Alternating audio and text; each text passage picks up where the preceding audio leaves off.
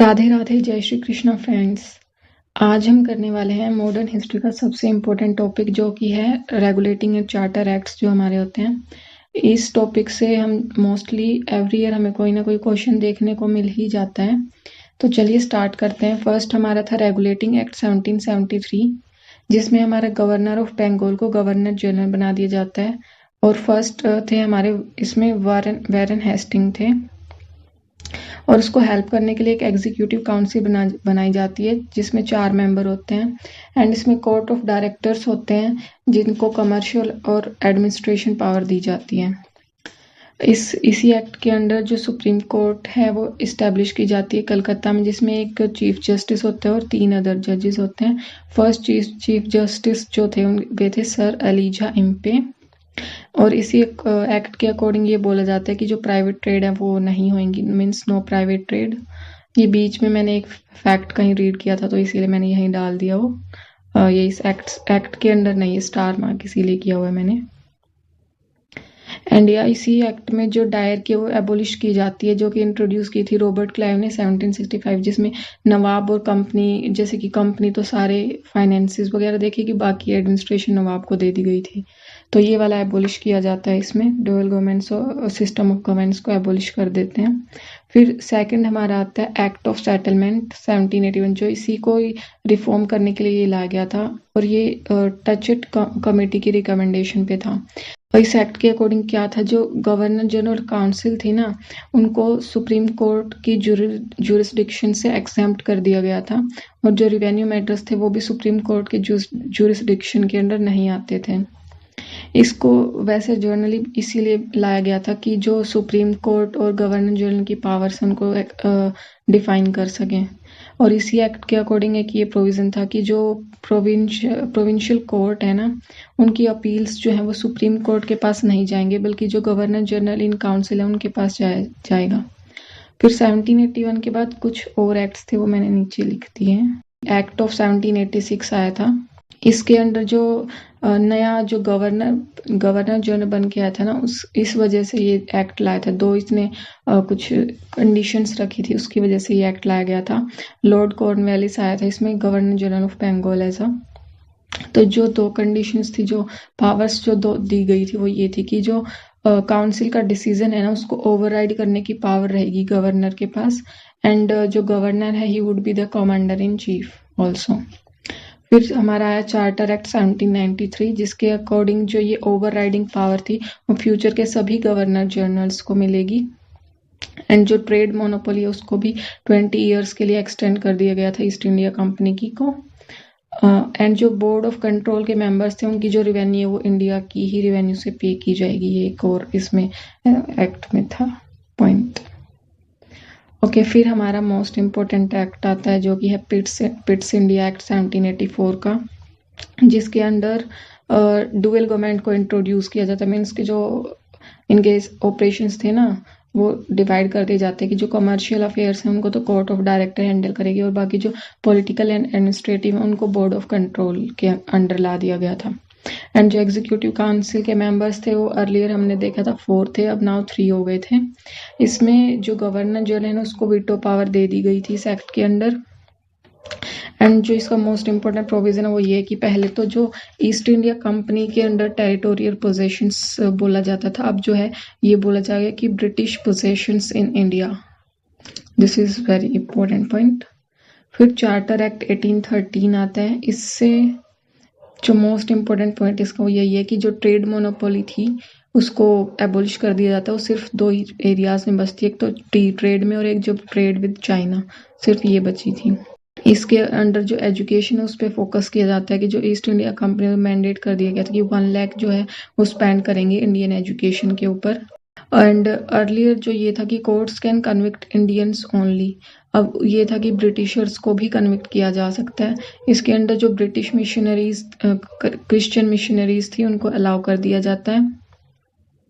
And जो local government है वो टैक्सेस को इम्पोज कर सकती है पर्सन्स पर, अगर कोई पे नहीं कर रहा तो उसको पनिश भी कर सकती है।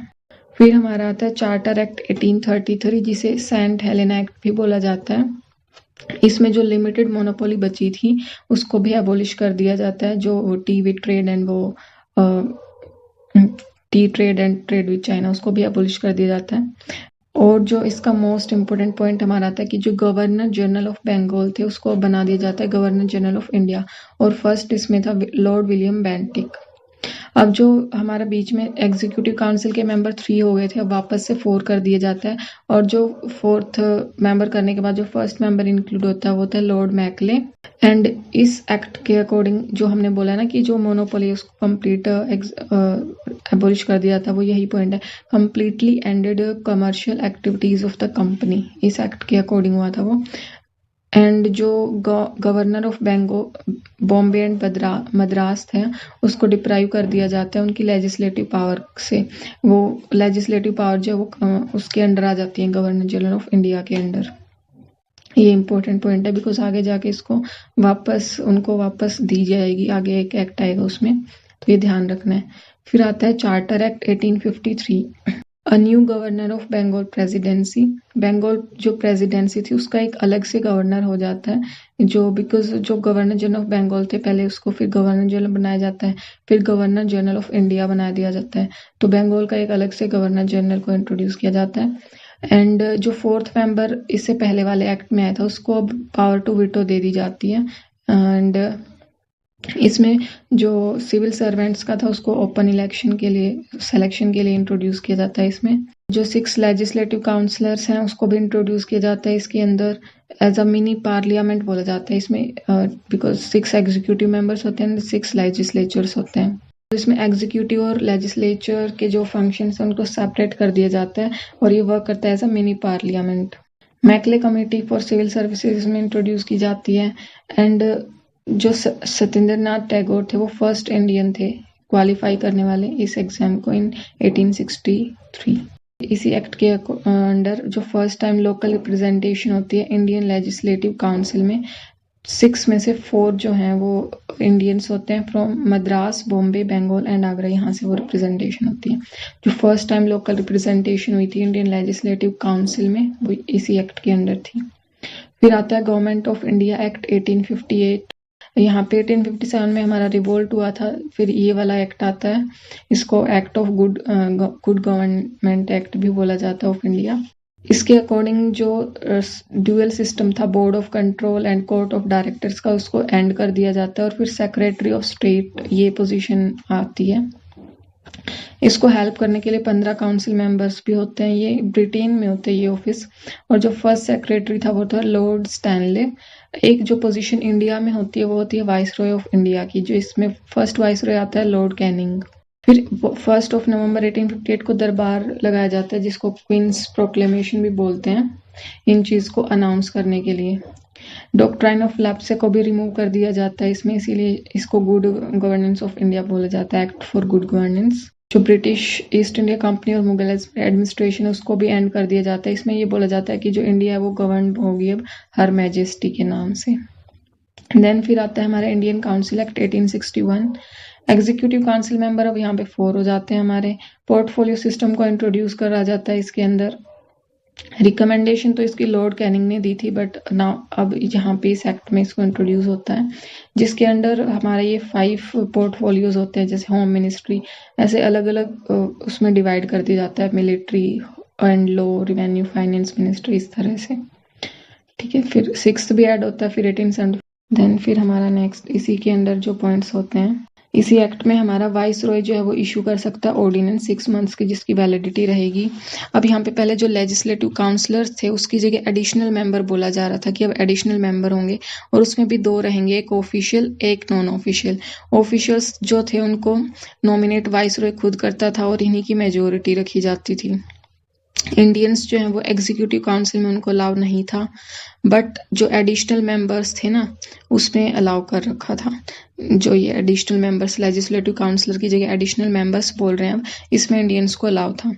एंड जो फाइनेंस रिलेटेड डिस्कशन था उनको नहीं कर सकते थे, एंड जो एडिशनल मेंबर्स थे वो कोई क्वेश्चन भी नहीं कर सकते थे एग्जीक्यूटिव काउंसिल से। ये पॉइंट्स इंपॉर्टेंट है बिकॉज यहाँ पे नॉट अलाउड है, फिर अगले एक्ट में कुछ अलाउ करेंगे, 3 एक्ट्स में ऐसे लगातार चलेगा ये। ठीक है, फिर प्रोविंशियल लेजिस्लेचर जो अगेन उसको रिवाइड कर, जो मैंने बोला था ना पहले कि उसको एबोलिश कर दिया जाता है, उनकी लेजिस्लेटिव पावर ले ली जाती है, वो यहाँ पे बॉम्बे और मद्रास को वापस दे दी जाती है, जो कि एबोलिश किया था चार्टर एक्ट 1833 में। और इसी में जो नई लेजिस्लेचर्स हैं वो भी इस्टेब्लिश की जाती हैं। तो लेजिस्लेटिव काउंसिल ऑफ बंगाल, दूसरी north western frontier province and एक थर्ड पंजाब। इसमें लॉर्ड कैनिंग जो है नॉमिनेट करते हैं 3 इंडियंस को लेजिस्लेटिव काउंसिल में, और वो थे Raja of Banaras, Maharaja of Patiala and sir Dinkar Rao. फिर हमारा इंडियन काउंसिल एक्ट 1892 आता है। इस एक्ट से आने से पहले 1885 में इंडियन नेशनल कांग्रेस बन चुकी होती है, फॉर्म हो चुकी होती है। एडिशनल मेंबर्स की इसमें फिर वो जो मेंबर्स हैं उनको इंक्रीज कर देते हैं 10 to 16, बट जो मेजोरिटी रहती है वो अभी भी ऑफिशियल्स की रहेगी, बिकॉज यहाँ पे 6 and 10 है। बट इसमें भी जो नॉन ऑफिशियल्स हैं उसमें से भी 5 को वाइसरॉय ही नॉमिनेट कर रहा है, इसीलिए जो मेजोरिटी वो इन्हीं की रहती है। फिर फाइनेंस रिलेटेड डिस्कशन जो उसमें पहले नॉट अलाउड था, अब इसमें अलाउ कर दिया जाता है, बट वोटिंग अभी भी अलाउड नहीं होती है। फिर जो एडिशनल मेंबर्स को जो अलाउ नहीं था कि क्वेश्चन करे एग्जीक्यूटिव काउंसिल से, इस एक्ट में वो प्रोवाइड कर दिया जाता है, बट सप्लीमेंट्री क्वेश्चंस अभी भी नहीं पूछ सकते, अलाउड नहीं था। फिर यहाँ पे इंडियन काउंसिल एक्ट 1909 इम्पोर्टेंट है, ये भी मोरलेमेंटो रिफॉर्म्स भी बोलते हैं। इस एक्ट के आने से पहले हमारा जो 1906 में ब्रिटेन में एक लिबरल पार्टी आ चुकी थी और जो मुस्लिम लीग थी वो भी फॉर्म हो चुकी थी। अब यहाँ पे जो एग्जीक्यूटिव काउंसिल थी उसमें इंडियन मेंबर्स को अलाउ नहीं था, बट अब यहाँ पे एक मेंबर जो है वो इंडियन हो सकता है, और फर्स्ट इंडियन जो थे एग्जीक्यूटिव काउंसिल में वो थे सत्येंद्र सिन्हा। यहाँ पे एडिशनल मेंबर्स जो थे वो 16 से 60 काफी इंक्रीज कर दिया था इनको। फिर ऑफिशियल्स 28 थे, ऑफिशियल्स को नॉमिनेट वाइसरॉय करते थे। नॉन ऑफिशियल्स 32 थे, बट उसमें से भी जो 5 थे वो नॉमिनेटेड ही थे। यहाँ पे जो ऑफिशियल मेजोरिटी थी सेंट्रल लेजिस्लेटिव काउंसिल में, वो ऑफिशियल्स की थी मेजोरिटी, बट जो प्रोविंशियल लेजिस्लेचर थी उसमें वहां पे नॉन ऑफिशियल्स की मेजोरिटी थी। इसमें हमारा जो फाइनेंस बिल है उसमें भी वोटिंग जो है वो भी अलाउड कर दी थी। लास्ट वाले में वोटिंग अलाउड नहीं थी, डिस्कशन अलाउ किया था, इसमें वोटिंग अलाउ कर दी, एंड जो सप्लीमेंट्री क्वेश्चंस हैं अब वो भी अलाउ कर दिए गए यहाँ पे। अब जो प्रोविंशियल लेजिस्लेचर थी वो भी 7 प्लेसेस पे हो गई थी हमारी, ये इंक्रीज हो गया था नंबर। यहाँ पे non official members can be in majority in provincial, वो जो हमने पहले लिखा हुआ था, डिस्कस किया था, वही है कि जो नॉन ऑफिशियल्स की मेजोरिटी में वो प्रोविंशियल लेजिस्लेचर में तो थे बट सेंट्रल में नहीं थे। इसमें मोस्ट इम्पोर्टेंट पॉइंट जो आता है हमारा कम्युनल रिप्रेजेंटेशन जो थी मुस्लिम्स के लिए, वो इंट्रोड्यूस किया गया था इसमें। एंड जो मिंटो जो था उसको बोला जाता है father of communal electorate. Morley और मिंटो 2 अलग अलग पर्सन है, बट वो साथ में पढ़ते हैं ना तो साथ में नाम निकल जाता है। देन फिर गवर्नमेंट ऑफ इंडिया एक्ट 1919 आता है, ये भी इम्पोर्टेंट है। या इसमें इस एक्ट से आने से पहले हमारा 1916 में लखनऊ पैक्ट साइन हो चुका था, अगस्त डिक्लेरेशन हुआ था 1917 में, एंड 1918 में वर्ल्ड वॉर 1 जो था वो एंड हो चुका था हमारा, 14 to 18 चला था। फर्स्ट टाइम इसमें जो इस एक्ट के अंडर प्रीएम्बल जो है वो आया था, first time preamble in any act आया। एंड सेक्रेटरी ऑफ स्टेट को जो है पॉलिटिकल एडमिनिस्ट्रेशन रोल दिया जाता है। हाई कमिश्नर फॉर इंडिया को एजेंसी। अब यहाँ पे एग्जीक्यूटिव काउंसिल में 1 मेंबर पहले अलाउ था, अब यहाँ पे 3 मेंबर्स जो है उनको अलाउ किया जाता है इंडियंस को। यहाँ पे वही है कि जो सेंट्रल इस एक्ट के अंडर जो है सेंट्रल लेजिस्लेचर को बाइकैमरल बना दिया जाता है। लेजिस्लेटिव असेंबली जो वो लोअर हाउस की तरह वर्क कर रही थी और council of states upper house की तरह काम कर रही थी। डेडलॉक्स के लिए जॉइंट सीटिंग होती थी। यहाँ पे जो लास्ट पिछले एक्ट में सिर्फ मुस्लिम्स के लिए कम्युनल रिप्रेजेंटेशन थी, इसमें उसको एक्सटेंड कर दिया जाता है 6 क्रिश्चियंस, एंग्लो इंडियंस और यूरोपियंस के लिए भी। अब जो प्रोविंशियल लेजिस्लेचर थी उसमें सब्जेक्ट्स को डिवाइड कर दिया था, एक central subject, provincial subjects. Provincial में भी ट्रांसफर्ड और रिजर्व्ड। जो ट्रांसफर्ड थे उनको सिर्फ governor and Indian minister responsible, and जो इसमें रिजर्व्ड वाले थे इसमें रिस्पॉन्सिबल नहीं होते थे टू लेजिस्लेटिव काउंसिल। मिनिस्टर्स जो थे वो काउंसिल लेजिस्लेटिव काउंसिल के लिए जो है रिस्पॉन्सिबल नहीं थे उनके प्रति। प्रोविंशियल लेवल पे दायर की एंड सेंट्रल लेवल पे बाइकैमरलिज्म इंट्रोड्यूस हुआ था, एंड ये फर्स्ट एक्ट था जिसके अंडर डायरेक्ट इलेक्शन और बाइकैमरलिज्म इंट्रोड्यूस हुआ था। जो वोटिंग की जो राइट था, इलेक्शन इंट्रोड्यूस हुआ ना, तो जो वोटिंग थी फ्रेंचाइजी थी वो लिमिटेड नंबर ऑफ पीपल के पास ही थी, जिनके पास कुछ प्रॉपर्टी टैक्स वगैरह इन सब के बेसिस पे बहुत कम पर्सन के पास थी। इसी एक्ट में पब्लिक सर्विस कमीशन को इस्टेब्लिश करने की बात होती है। ठीक है, establishment of chamber of Prince जिसको बोलते थे नरेंद्र मंडल। एंड इसमें जो प्रोविंशियल बजट है उसको सेंट्रल बजट से फर्स्ट टाइम सेपरेट किया गया। एक नया ऑफिस इसमें इंट्रोड्यूस हुआ, हाई कमिश्नर फॉर इंडिया। देखो जो यहाँ पे हमने ऊपर पढ़ा था, ये आया था, ये secretary of state and high commissioner of India, ये ऊपर लिखा हुआ था, तो ये इसी में एक्ट में इंट्रोड्यूस हुआ। Provided for appointment of statutory commission to inquire after 10 years। जो ये साइमन कमीशन को आया था, इसी में इसको लाने की बात की गई थी। नेक्स्ट फिर हमारा आता है गवर्नमेंट ऑफ इंडिया एक्ट 1935। इसमें कोई प्रीएम्बल नहीं था। Secretary of state 15 members he members हैं, एडवाइजर्स उनको बोला जा रहा था अब, जो उसको हेल्प के लिए था।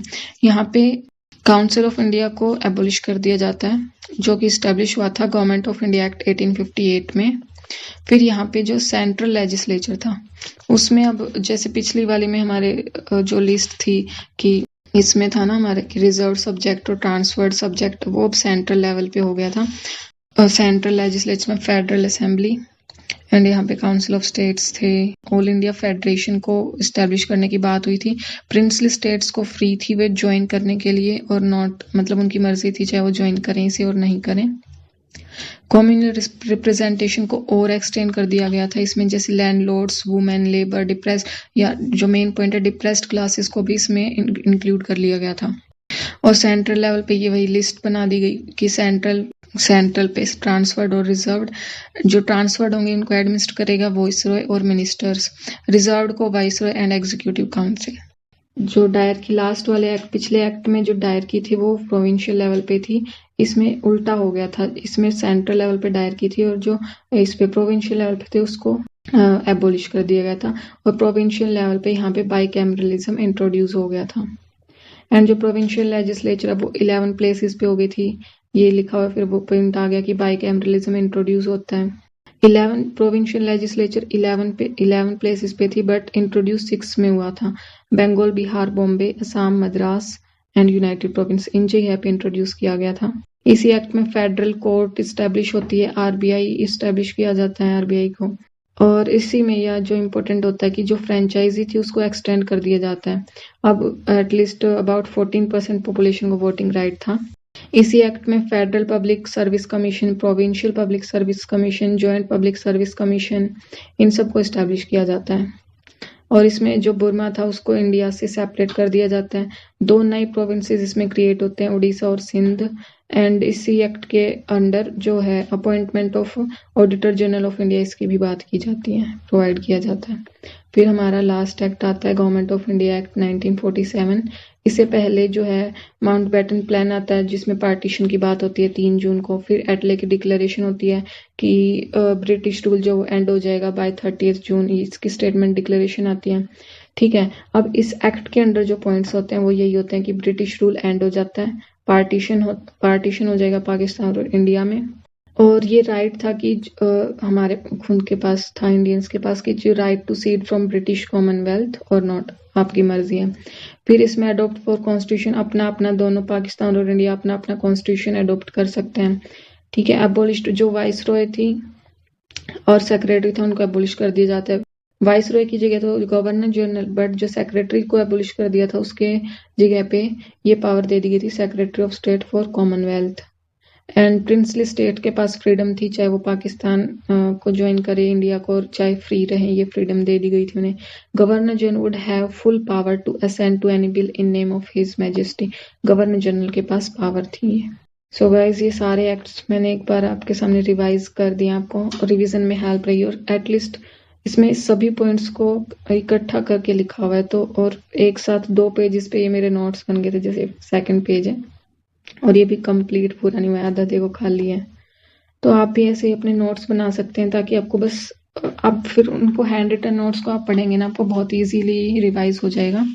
ये सारे एक्ट्स हो गए हैं हमारे एक ही वीडियो में। आप भी अपने कुछ नोट्स बना सकते हैं और आपको इजी रहेगा ये, बिकॉज इम्पोर्टेंट टॉपिक है। Okay guys, all the best for your preparation. Radhe Radhe.